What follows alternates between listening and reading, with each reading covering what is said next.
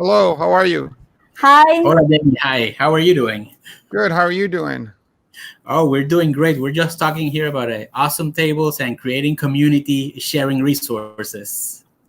Okay, I like the outfits. Thank you. Thank you. I don't have any funny hats, but I was going to use my phone. Oh, that's a classic. Yeah, it is. Um, yes, are we live? Is this Yeah. are we Yes, yes, we're, yes. oh, We're, because I was going yeah, to come on, I was going to come on like this. I'm like, "Hello." Yeah, okay, I'll call you back. I got to go. But too late One. now. don't We worry. can edit, we can edit the streaming later. Okay. All right. I'll call you from the future, and you answer in the past. Then. Yeah, exactly. Actually, I'm trying to get someone who knows a little bit more about phones to take a real flip phone and take the insides out of a flip phone and put it in here so that I can actually use this as a phone and I can like keep it on my belt because it would just be so fun to be at the airport, and like waiting for people and like what their reactions would be. That would just be brilliant. People think we're fooling around. Right. Thanks for having me. Buenos dias. I actually speak Spanish, but I am not very good at business Spanish, right? So I learned Spanish until I was 5 years old and then spoke it with my family so I can curse. I can call you a boludo.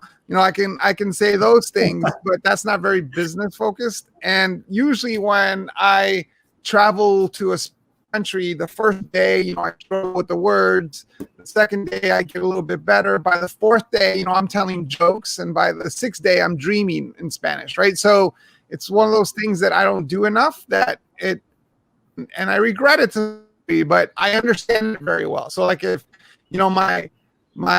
my acknowledgement of my understanding of Spanish has always been, if I can understand two Puerto Rican women corner talking in front of the laundromat, then I can understand anyone speak Spanish, right? That's the model that I use.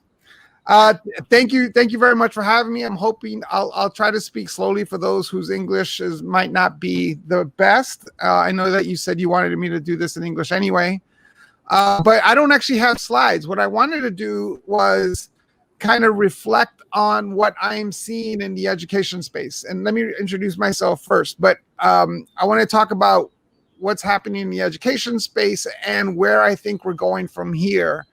And no one can predict the future, but I have some ideas based on some trends that I'm seeing. So my name is either Jaime Casap or Jaime Casap, depending on what language. I am the Chief Education Evangelist at Google. I've been at Google for 14 years.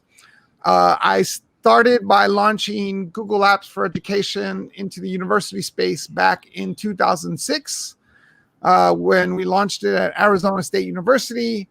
Launched Google Apps into K-12 a couple years after that. And then I had this really crazy idea about launching Chromebooks into education. And I led that effort. So, and then there's some other, if you go to the Google site, there's a bunch of resources. One of them is the Transformation Center, which is resources that you can use to transform your school. I wrote that, launched that, put the model together for that. So my job at Google has been to work across the different teams that are doing things in education.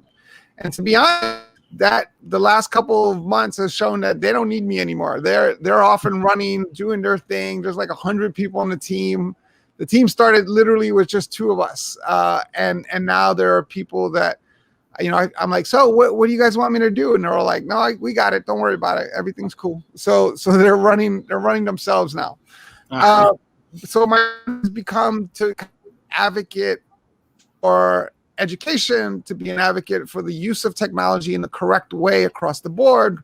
One of the things that, one of the abilities I have is that I can travel around the world and I speak at events around the world and I talk at conferences and I work with school systems and I get to see the different themes across the globe in what's happening in the education space.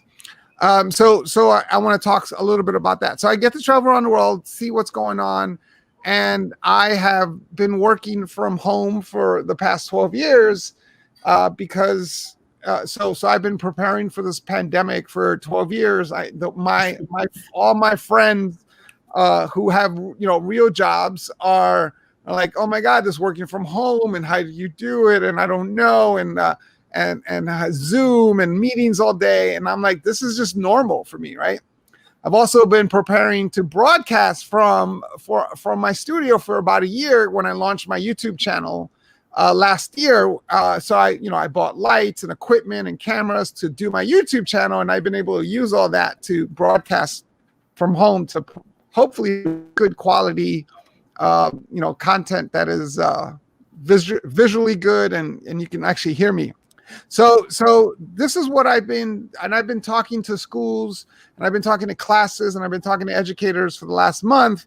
And this is what I'm hoping that we see. First is that if anyone tells you that they can predict the future of education, they're wrong. What we can do, however, is see what's happening and then be able to kind of determine trends from that. So, for example, one of the things that I think is pulling out is this idea around the skills that our students really need. And we've been talking about the same things for a long time, right? So it's problem solving, critical thinking, collaboration, creativity, the ability to learn. Like, we've been talking about these things for so long that we call them 21st century skills, even though we're 20 years into the 21st century, right? We're 20 years in, and we're still talking about these skills as it's something in the future. And I think that's why we call them 21st century skills, because it makes us not have to worry about them now. We worry about them in the future, but we clearly see that we need those skills now. Now, out of those skills, the two that I think that we need to highlight based on the situation that we're in, number one is the ability to learn has become very important, right? Like, all of a sudden now you can see that being able to learn is the most important thing, because we went from this where we took students that we controlled in our classrooms. We were able to watch them. When they had questions, we can answer. When they couldn't find something, we helped them. We were there for them. We were there to guide them through the whole thing. And now that they're home, we realize that the ability to learn is absolutely critical, right? Our students are on their own, and how do they learn? How do they know when they're getting something right? How do they know how to do an assessment, how to do self-assessment? We're so worried about assessments and tests and all these things, when in reality, the most important skill when it comes to assessments has nothing to do with test scores and being able to produce results of like, this student got an 89 on the test. The real part of assessment that we should focus on is having students be able to assess themselves, right? This is the environment that we're in, where students assess themselves and figure out what they're doing right and what they're doing wrong. Now, so the ability to learn is become absolutely critical. So that's number one. So out of those skills, the second one out of those skills is this idea around problem solving, right? So we talk about problem solving a lot, but the reality is that problem solving has to be tied to something. And this, I've asked this question many times, and it's been quoted many times, but we have to stop asking students what they want to be when they grow up, and instead ask them what problem they want to solve, right? Like, what's the problem that spins in their head? And if we can do that, then they can actually dive deep into figuring out what answers that. Like, asking someone what they want to be when they grow up is an old world way of thinking of the world. It's how it used to be when I was a kid 100 years ago. And that's not true anymore, right? Jobs are changing, jobs are shifting. Look what's happening with the global economy now. Jobs are really going to change moving forward. So that question doesn't make sense. But what problem do you want to solve? Help students focus on things that they believe or are interested in or passionate about. So what problem do you want to solve? And it doesn't have to be a social problem. It doesn't have to be, solving climate change. It can be any problem. It could be a solution. It could be making better microphones, better cameras, better, computers. It can be making cars go faster. It could be making more cooler watches. Whatever it is that you want to solve, what's that problem that you want to solve? And we ask students that question, we can use a lot of this time to have them dive deep into really understanding the problems that they're passionate about, that they're interested in, right? So that's question number one. Question number two that we can ask them is just as important, which is, how do you want to solve that problem? And that's an important question to think about, back to this idea of self-awareness and self-assessment, because you have to know yourself pretty well to know how you want to solve a problem. And it's an important question because there are millions of ways to solve a problem. So if a student says, I want to solve climate change, let's use that as an example. And the person that he says that to, the adult, the teacher, the administrator, the parent, that parent or that teacher might say, oh, you want to solve climate change? Great. You need to study STEM. You need to be a scientist. You need to do research. Sure, that's one way to solve the problem. But let's say that's not where that student's strengths are. Let's say that's not where their passions are. Let's say they're a photographer. At the core, I am a storyteller. I'm a photographer. I use photography to storytell. I love photography. It's my number one passion. And let's say there's a student, and if you go to Instagram, you can see all my pictures there. But let's say a student says, I want to solve climate change, but yet they're a very talented photographer. They have an amazing eye. They're an amazing editor. They can have a unique angle on things. Well, the way they can solve climate change is by going out and documenting climate change and showing the world what's happening with climate change, or potentially writing a blog about climate change that people can read and take action on. Or let's say they're an educator and they're just born to be educators. My 18-year-old, or actually he's 19, he just turned 19 2 days ago. Poor kid had to celebrate his 19th birthday with us here in the house. But he is now 19 and I know he's going to be an educator. That's where he is. He's going to be an educator. But let's say he's passionate about climate change. Well, the way he can solve climate change is by going out and teaching about climate change, or creating education programs around climate change. So how you want to solve that problem matters, right? So you can't just, when a student says, I want to solve X, you can't just turn and say, well, X, this is how you solve it. There are millions of ways to solve a problem. And then the third question that we should be asking students all the time is, what do you need to know about that problem? The knowledge, the skills, and these you need to have to solve that problem. And that's where we find ourselves today. If your students know what problem they want to solve and they know how they want to solve it, they could be spending this entire time diving deep into what do you need to know to solve that problem? What's the knowledge you need to have? What are the skills you need to have? What are the abilities that you need to have? How do you start building those knowledge, skills, and abilities? These are students, for the most part, and I know there's access gaps, and I know not everyone has access to the internet, but for the majority of people, majority of our students, they have the internet at their fingertips. They have the world's information. And they can dive deep into what research is out there, what blogs, what newsletters, what books are out there, what videos are out there, what documentaries about that subject are out there. You can dive deep into building your knowledge base on that problem that you want to solve. And then you can start developing your skills. There's classes that they can take.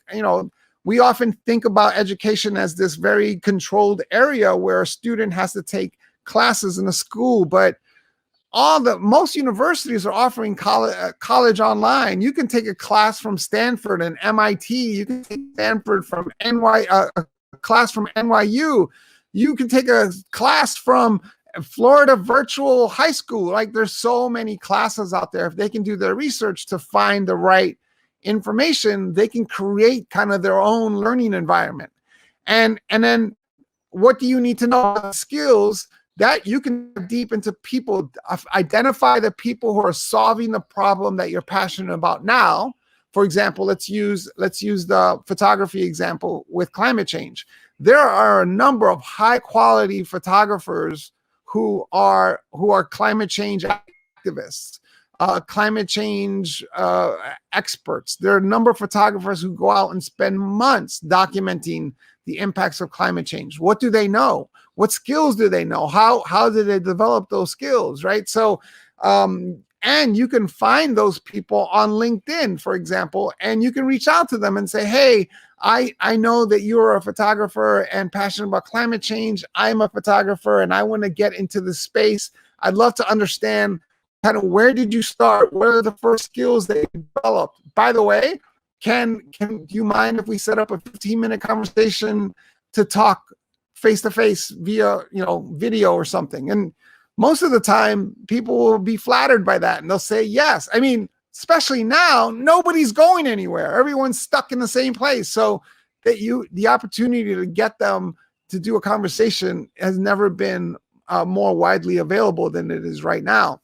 And if you dive deep into that, you might realize that some of the skills that you might need aren't just about photography. Obviously, it's clear, given this example that we're using, that you need to know how you need to know about climate change. You need to have research and the data and the information.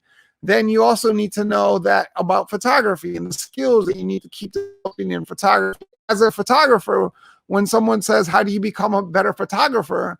The answer is you take pictures and you take 1,000 a day and you just keep going and that's how you get better at it. Well, there's skills that you can develop in editing and other things. So you know that as well. But let's say that what you realize doing your research, that you can actually, that not only do you need to know how to take pictures, you might need to know how to storytell, or you might need to know how to write, because it's not just about presenting pictures.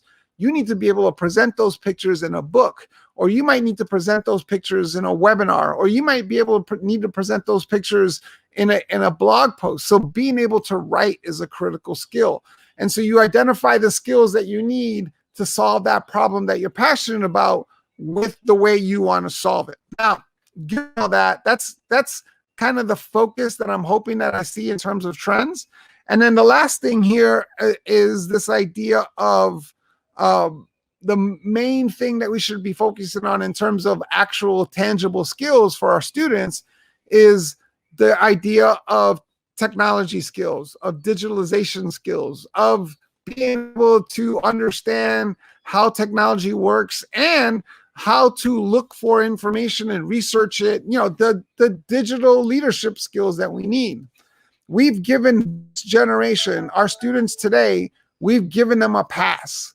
We tell them that they are good at technology. We tell them that they know how to use these tools. We call them digital citizens, or we say, you were just born with technology.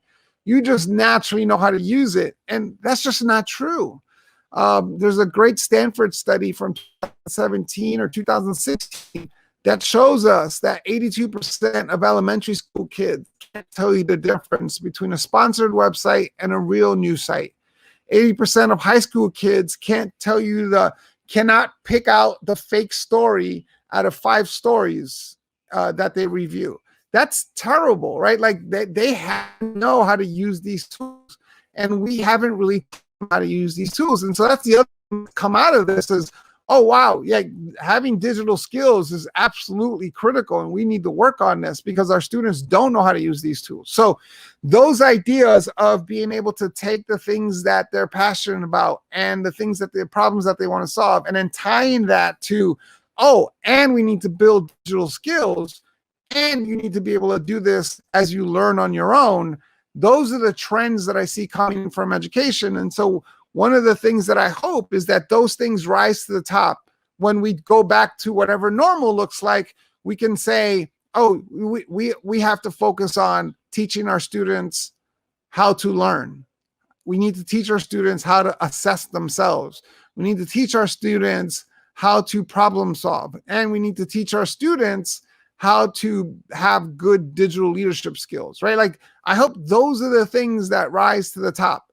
And I hope the other thing that happens through this process is that you can actually identify the things that are essential and important and the things that aren't, right? We try to, we fill a whole day of education with a lot of things that might not necessarily be essential.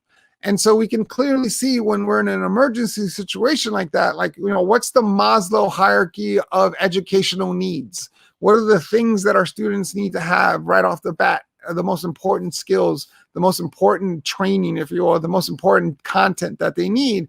And then all of a sudden we realize, maybe, French history too isn't that important. Or maybe, this idea of how to cope, empathy, how to deal with your emotions, emotional intelligence, those seem all of a sudden to be more important. Like we can figure out what's essential through this process, and the things that might not be essential might fall off the table. Here in the US, you can see that happening in different ways as well. Right? So for example, all of a sudden, the SAT, the College Board, people who produce the SAT are saying, wait, don't stop with SATs, because education and higher ed saying, maybe we don't need SAT scores. Maybe we don't need the exams, and we can select students based on an application process and really getting to know our students. And the College Board is like, no, you need the SAT. We promise we'll fix it. We'll make an online version and students can take it at home. Please don't get rid of the SAT. And so that's a consequence of the situation that we're in, where all of a sudden colleges are saying that's not an essential thing. Knowing a kid's SAT score doesn't matter. Knowing how they cope in these situations, knowing how they deal with these situations is definitely much more important. So I hope that you start seeing some of those shifts happen into that space. And then the last thing, I'm trying to check my time. I think the last thing that we have to understand, and this is advice for teachers in general and for parents, is that we need to take a step back and take it easy.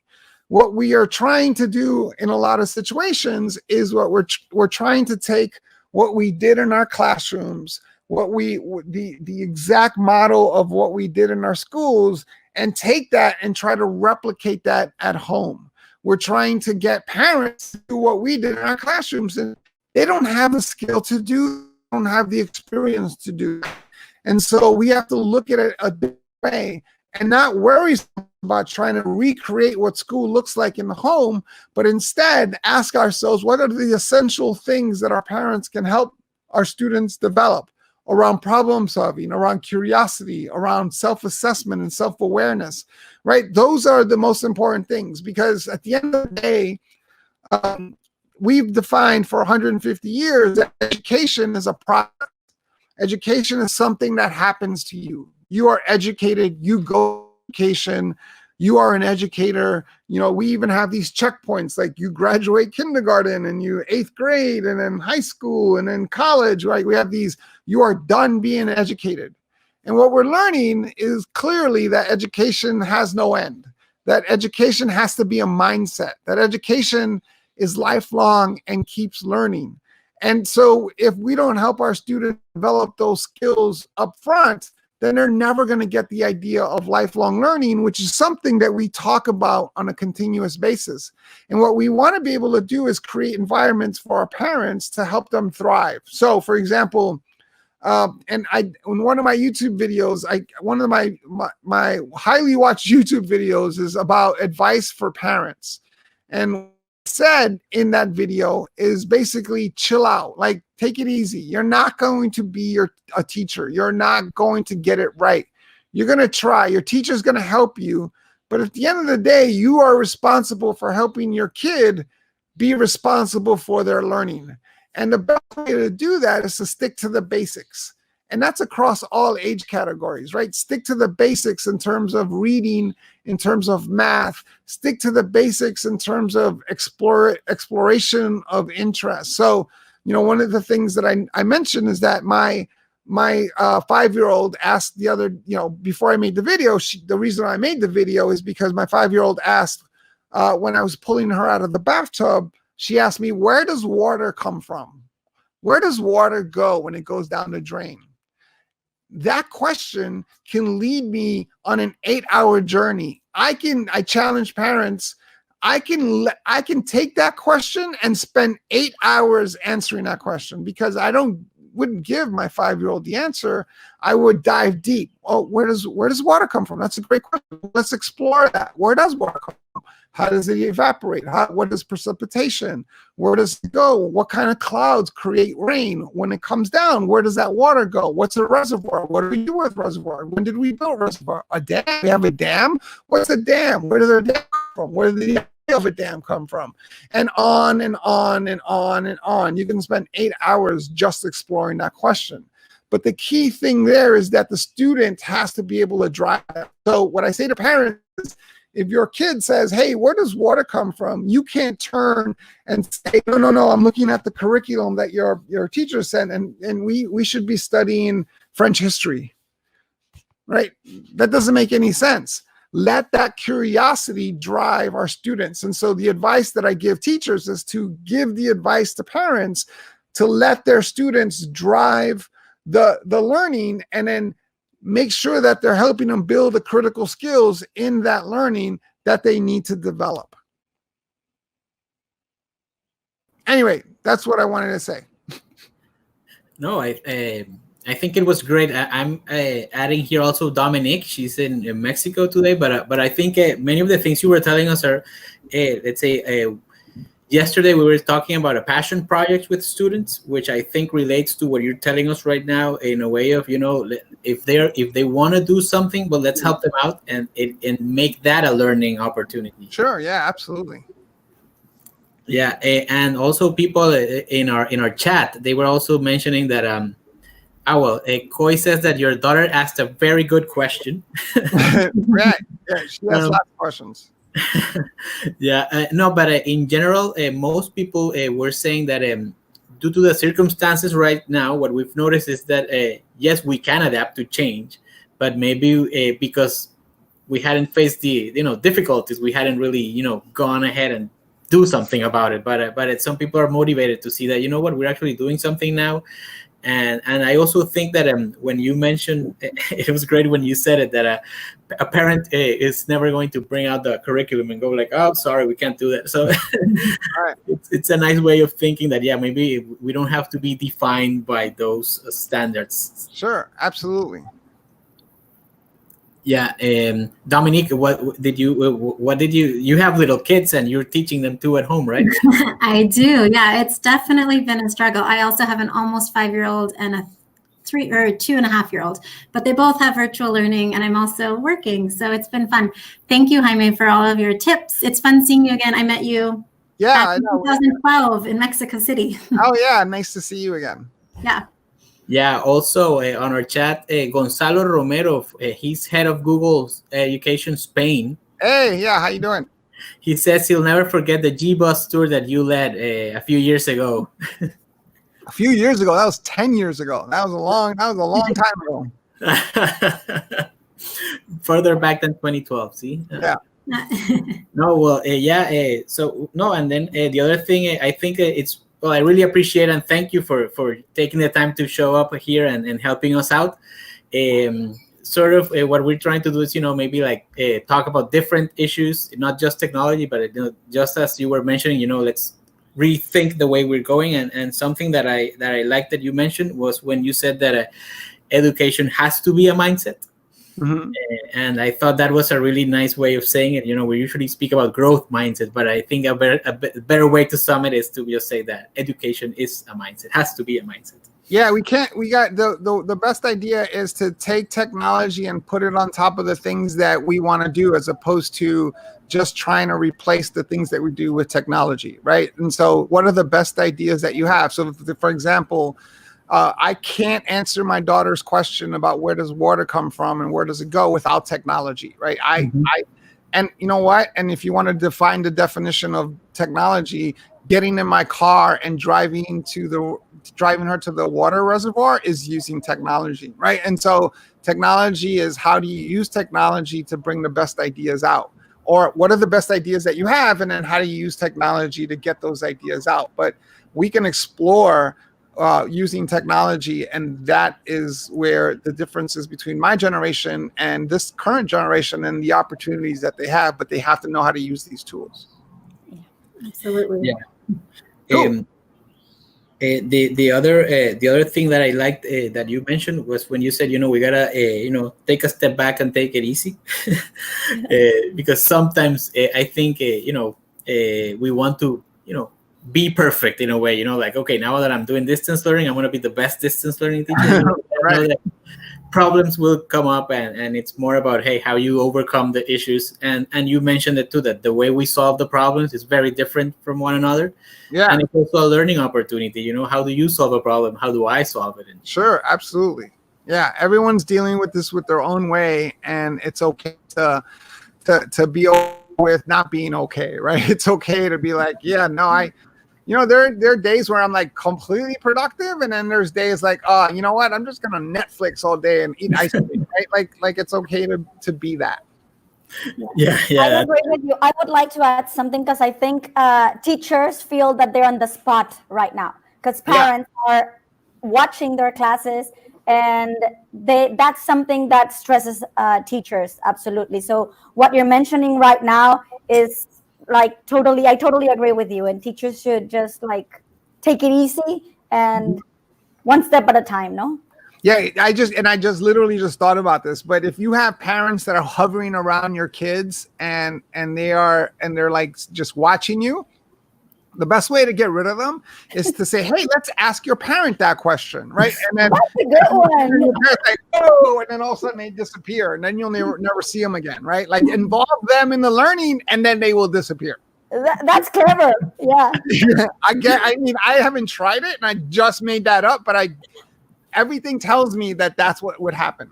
Yeah. Yeah. That's funny you say that, because with my almost 5-year-old, I have to help him get on his Google Meet, Google Classroom, all the things. And I wasn't expecting it. All of a sudden, his teacher asked me a question like, oh, which animal would you want to be in the story? I was totally not ready to respond. And then you like disappeared, right? Like you're like, I'm never coming back into the space again. You're just Exactly. like, and then the next time you just set it up, hit like, are you ready? All right, ready? You hit the button, and then you run out of the room. Bueno, ese es un tip ideal para los maestros que nos están escuchando, ya saben. Involucren a los papás. Right, exactly. Yeah. Awesome. No, yeah, that was great. No, I mean, what animal did you decide to be, Dominica? The unicorn, and that's why you left? Or? No, it was a farm story, and I think I said rooster because I like to get up early in the morning or something. Like, I haven't been joining him in his classes since then. So Yeah, exactly. yeah. So yeah, no. In general, everybody's really thankful for for everything you've shared with us, Jamie. Yeah, thanks for having me. Yeah, we're really thanks again for taking the time to be here, and well, we look forward to maybe speaking again in the near future, or who knows. I forgot to mention that we were going to introduce you as a professional photographer and YouTube star. Yeah, that's my goal. My wife is to make my wife roll. By the way, I've traveled my whole life. Everywhere I've ever, every job I've ever had, I've traveled in. It's just some people are just born to travel. And I actually did some math just on American Airlines. In the last 25 years, I've traveled 62,000 miles a year. And that's just average, right? That's just on one airline average over 25 years. Some years, no travel at all. Some, not no travel, but little travel. And some years, 300,000 miles. So you can show you where 62,000 miles fits in. This is the longest I've ever been home, ever. In 25 years, this is the longest I've ever been home. And my wife's like, I didn't marry you. I didn't marry the guy that's here all the time. I married you because I can deal with you like one day a week, right? You need to leave. You need to go. This is not good, right? So I'm annoying her. No, yeah, well, yeah. So yeah, we were. That's good. We were going to introduce you as a YouTube star, but yeah, you went ahead and did it for us. But yeah, all right. It's been great having you. Take care, and yeah, we'll keep in touch. Thanks for keep in everything. touch. Thank you. Good luck, everyone. Good one. Bye. Ciao. Bye. Ciao. Bueno, divertidísimo este hombre, ¿eh? Sí, Muy buena sesión. Muy buena y muy buenas ideas, y me parece que está muy alineado a muchas cosas que hemos presentado. Así es. a muchas cosas que hemos presentado, por ejemplo, de los proyectos de pasión, también, por ejemplo, todo lo que está relacionado a empoderar al estudiante, que me parece que es importante. Y bueno, ahí nos fuimos con un muy buen tip de saber que hay que decirle, pregúntale a los padres. La única cosa el único problema cuando están chiquitos como los míos, todavía tengo que ayudarle habilitando el micrófono. Así que tengo que estar ahí, pero ahora me escondo a un lado para que no me vea. Pero Sí. así es. Pero ya irá aprendiendo solito. Así es, poco a poco.